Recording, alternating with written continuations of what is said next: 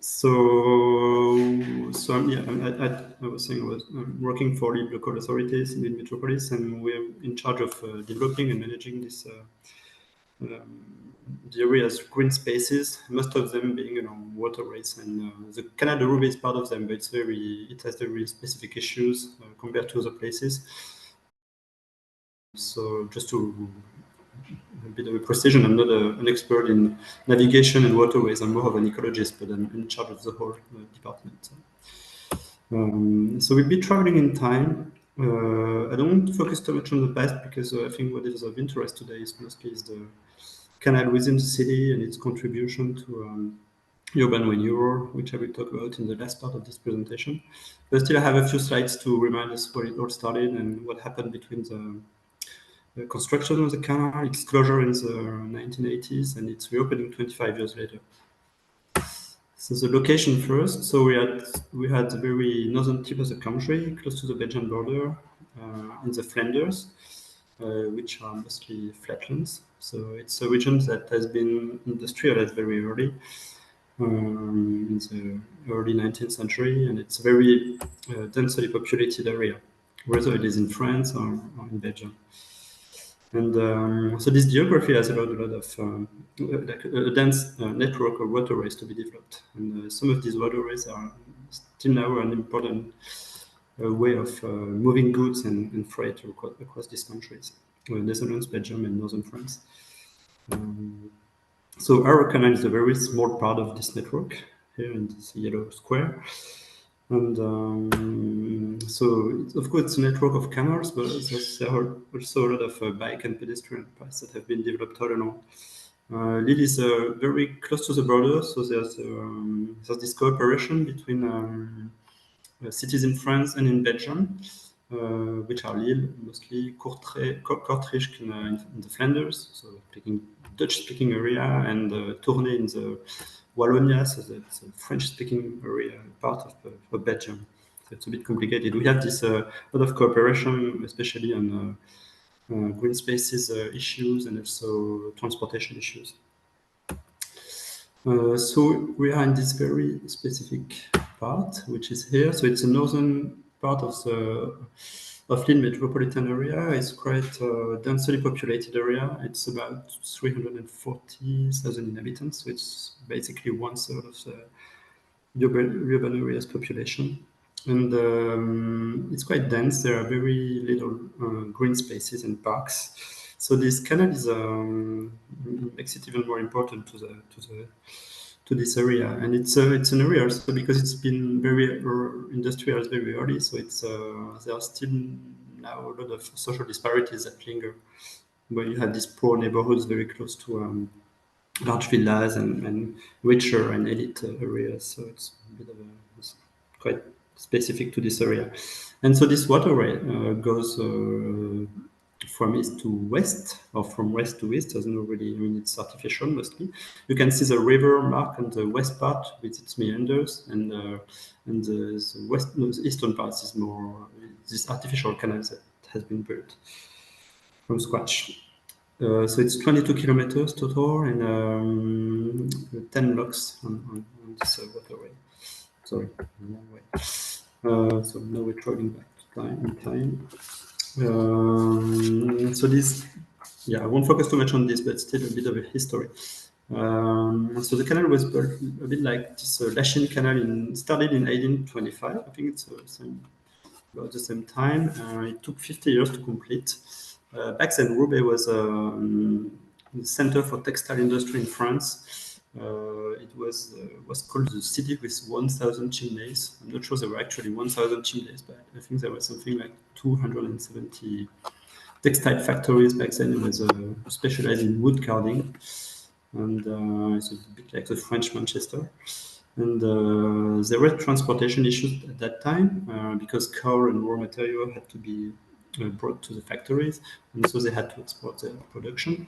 And there was also an issue in water supply because water was in short supply for citizens, for dwellings, but also for industry, of course. And there had been a few fires at factories, water was actually missing to extinguish them, so it was scarce. So for all these reasons, the industry pushed for a canal to be built, and it seems that the industry bosses back then were quite close to local politicians and decision makers, and sometimes I think they were the very same people. And so they got the canal funded and built. It took 50 years to complete and a lot of trouble to get it done. And this place, also this canal, gradually became a place for leisure and for like fishing, for example, for the workers of these factories mostly. I'm going straight to another era because I think time is limited and I don't want to focus too much on this past. But I think the situation and the story is a bit similar to the Lachin Canal, so it's quite interesting. So now we're in the 70s and 80s, 1970s, 1980s, where this industry or heartland in France has been suffering a lot from a changing world environment and competition from other countries with lower cost and so on. I think you know that story. And the textile industry receded until it represented only a tenth of what it was. So in the 1990s, there was almost nothing left, and over a few decades, a lot of people were laid off, factories closed, and poor workers became poor jobless people mostly. And at the same time, we had this transportation patterns that changed. This canal was a Freycinet gauge. Freycinet is I think it's specific to France, but it's 300 metric tons, and boats no longer than 40 meters. And there was still, I think, boat traffic at that time, but boats were getting bigger and couldn't use this canal anyway. So in the 70s and 80s, there was almost no freight left on this canal, and also, of course, transport on trucks became more competitive, and roads were developing, and so on. So in 1985, the French National Waterways decided to close the canal because it wasn't worth maintaining. The cost of maintaining the locks and dredging the canal and everything were too high, so they decided to close it. And so there was no traffic left. And the situation, I wasn't there. I mean, I was a kid, I was just too little. I wasn't a direct witness, but the place was really appalling, this area, and it was really a low point for the canal and its surrounding, and factories were closed. There was a lot of waste, and there were cars sometimes on the canals, and the locks got gradually sealed because of corrosion. A lot of wastelands around it. And at some point, there was even talk of building a waterway instead of filling in the canal and building a waterway on top of it. And fortunately, a citizen movement prevented that from happening. But it's interesting because the demise of this canal, in a way, is very much intertwined with that of the city and its industry and the suffering of a whole part of the population who was living here. So I'm going straight to the renewal project. Of course, something positive happened later.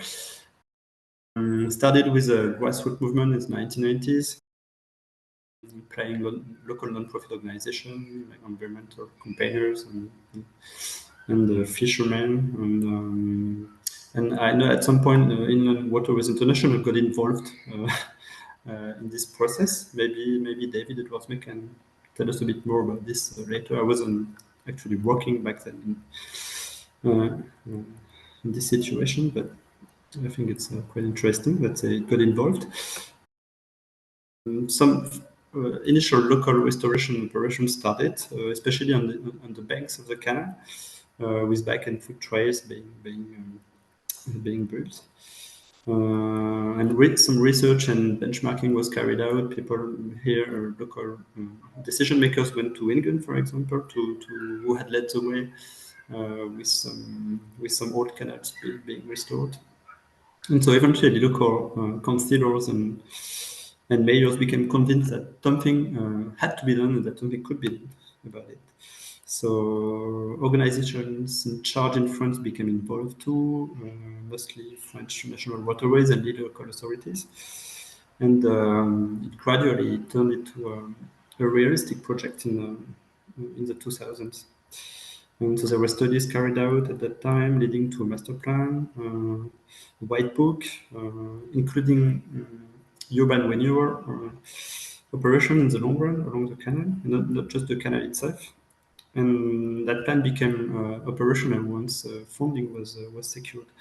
And this funding mostly came from Europe, with almost 50% of the total was about 40 million euros. And almost half of it came from Europe, especially through this Interreg project. Interreg is a European project that include at least 2 different countries. So of course Belgium was part of it. Yeah, because I forgot to tell you, but the canal is most of it is in France, but part of it is in Belgium. So the money was secured, so the heavy work could start. Canal was dredged. The bridges were rebuilt or were restored. Locks were restored as well because they were completely useless. And and a whole new water system production and supply was designed. The bottom left picture.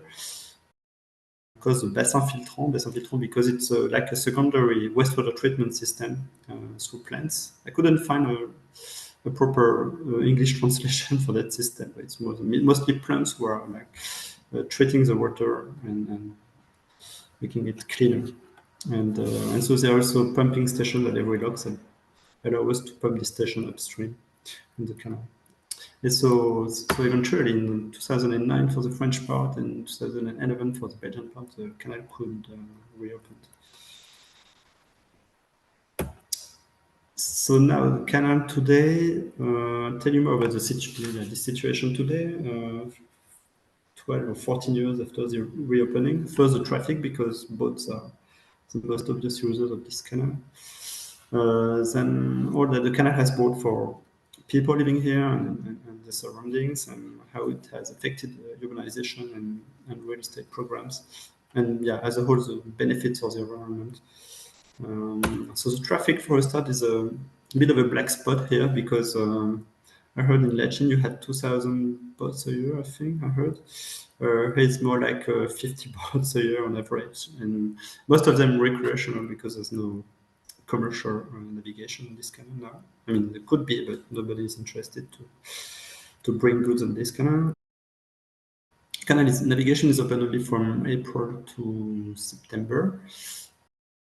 I know because I read all studies that were justifying this investment in this canal restoration program, and they were expecting a lot of traffic from Northern Europe. So people actually came from Northern Europe, Belgium, and Netherlands, Germany, but actually in far fewer numbers than what was expected back then. And main reason is that traffic is, I mean, as a whole, is decreasing, at least recreational traffic. Boat traffic, as you can see on the bottom right chart, which is traffic in Wallonia, in the French-speaking part of Belgium, so for the last 30 years. So as a whole, it's decreasing, so it's not a surprise that our traffic is decreasing too. And also, Roubaix doesn't have a great reputation in France, and probably abroad too. So this could prevent people from actually choosing this way instead of other ways, even though the environment is improving as a whole. And also because we have installed quite a few pontoons and stuff with facilities and water, electricity supply and stuff, but traffic is still is decreasing. So, but I mean, this is just for the traffic, but it turns out that there are many benefits from this operation that I think make up for this fact that boat traffic isn't exactly what was expected. First, the canal, I think, just that it was in Montreal, it left quite a lot in heritage for us. So we have these lock houses along every lock. We have this old pumping station in central Lille where there is a redevelopment project happening now. We have all those old bridges which have been maintained, kept, and are still in use today, which are very beautiful in the urban landscape. We have this park called Parc Barbieux, which is a small central park in northern Lille. Very nice park, and used to be on the original track of the canal, and the original route, sorry, of the canal. But this place proved impossible to be built. So it canceled this route and eventually turned into a beautiful park. Some of the buildings are still waiting for redevelopment projects because we have these log houses. Some of them are still in waiting. We have also houses related to mobile bridges. Since I guess at some times there used to be people who were opening them. It's a place for leisure, of course, for boats first, but also for people fishing or cycling, walking, and so on. It's a place where kids can get in touch with nature. We also organize, we have a summer programming. We organize quite a lot of activities for people to discover their environment and nature around them. We even have this small boat in the summer, which starts from different places to help people discover the canal, the aquatic environment from another perspective. We have cultural events along the canal. We have festivals quite often. Art installations. We have this old convent, which turned into an art center very close to the canal. We have a lot of sport activities and events, whether on the water itself or on the riverbanks. Especially a lot of trails and bike and run and cycle races and this stuff. We even have this. There's quite a big Lao community in Roubaix. So we have bottom left picture. We have this every year this Lao boat race every year. All sorts of races and events. Food and drink.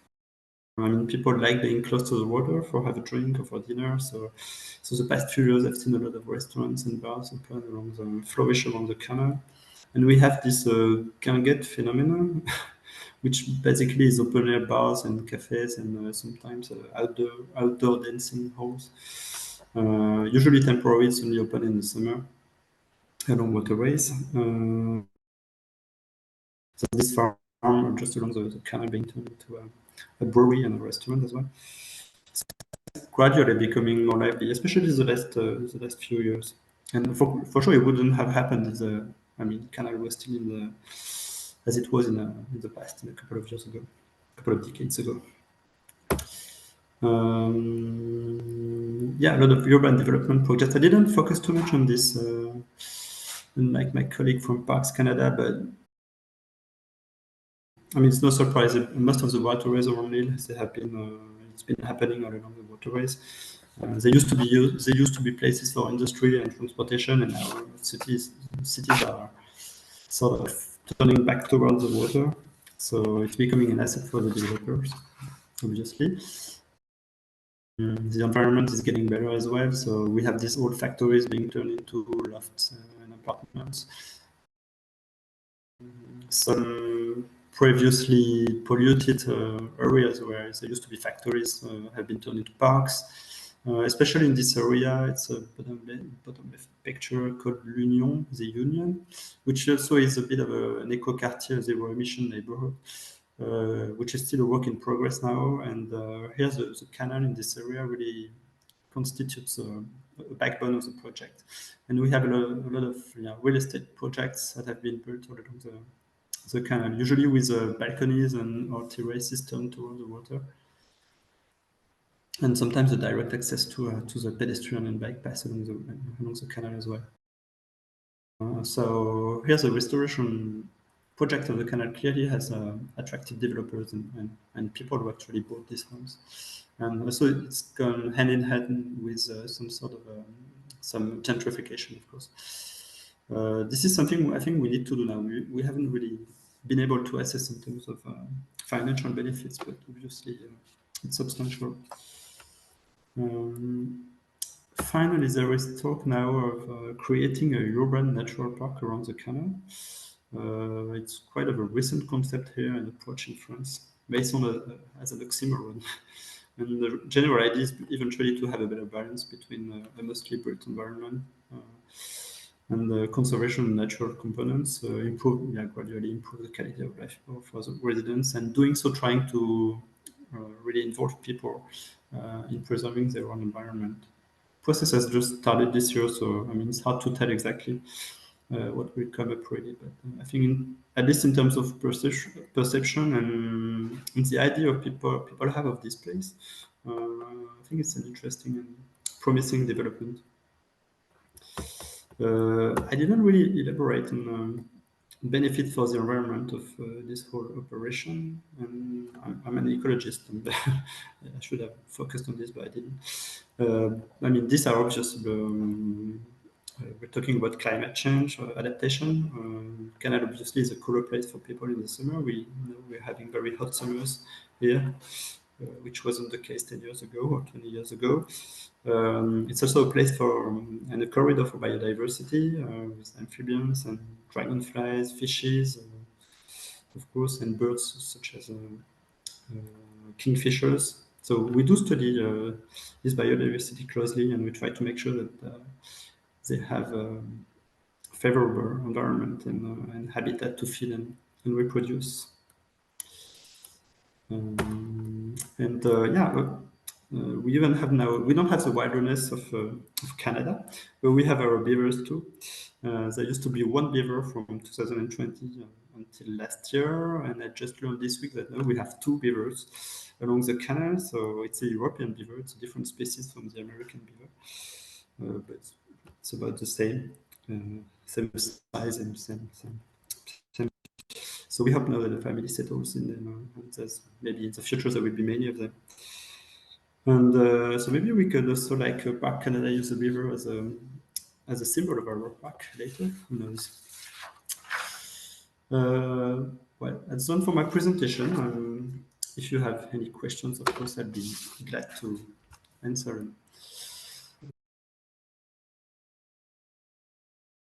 WCC Online is brought to you by Inland Waterways International, better known as IWI, TICI, the International Committee for the Conservation of Industrial Heritage, and the Society for Industrial Archaeology.